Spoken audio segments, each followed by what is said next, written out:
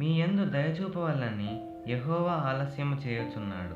యెషయా గ్రంథము 30వ అధ్యాయము 18వ వచనము. ఎక్కువగా వర్షం పడిన చోట గడ్డి ఎక్కువ పచ్చగా ఉంటుంది.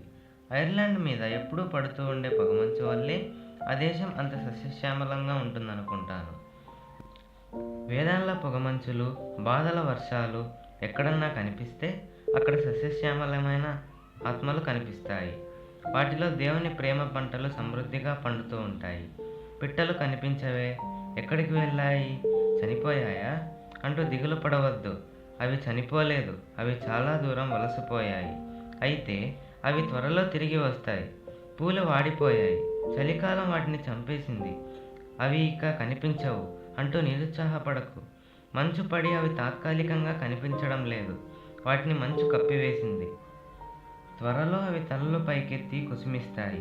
మబ్బులు అడ్డు వచ్చినప్పుడు సూర్యుడు కనిపించకుండా పోయాడని బాధపడకు. మేఘాల వెనుక సూర్యుడు ఉన్నాడు, తన వెచ్చదనాన్ని తీసుకొని మళ్ళీ వస్తాడు. వానజల్లు పడి పూలు వికసించేదాకా మబ్బులు కనిపిస్తాయి. అన్నిటికంటే ముఖ్యంగా దేవుడు తన ముఖాన్ని నీ నుండి దాచుకున్నప్పుడు ఆయన నిన్ను మరచిపోయాడనుకోవద్దు. నువ్వు ఆయన్ను ప్రేమించేలా చేయాలని కాస్తంత ఆలస్యం చేస్తున్నాడు. ఆయన వచ్చినప్పుడు ఆయనలో నువ్వు సంతోషిస్తావు, చెప్పలేని ఆనందంతో ఉల్లసిస్తావు. వేచి ఉండడం మన వ్యక్తిత్వాన్ని మెరుగుపెడుతుంది, మన విశ్వాసాన్ని పరీక్షిస్తుంది. కాబట్టి ఆశతో కనిపెట్టండి.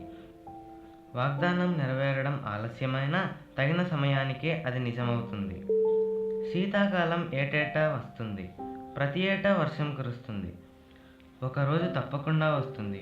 పక్షులన్నీ కూడి కోలాహలం చేస్తాయి, తరులు చిగురిస్తాయి, మైదానాల్లో హరిత షద్వలాలు పుట్టుకొస్తాయి, విరులు వింత రంగులతో వెలుగులీనుతాయి. పక్షులన్నీ కూడి కోలాహలం చేస్తాయి.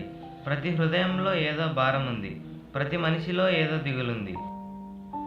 ఒకరోజు తప్పకుండా వస్తుంది, పక్షులన్నీ కూడి కోలాహలం చేస్తాయి. ధైర్యం దిగజారిపోతున్నప్పుడు ఒక మధురాశ మనలో మొగ్గతొడగాలి. ఈ నిరాశ నిస్పృహల శీతల రాత్రులు గడిచిపోతాయి, పక్షులన్నీ కూడి కోలాహలం చేస్తాయి.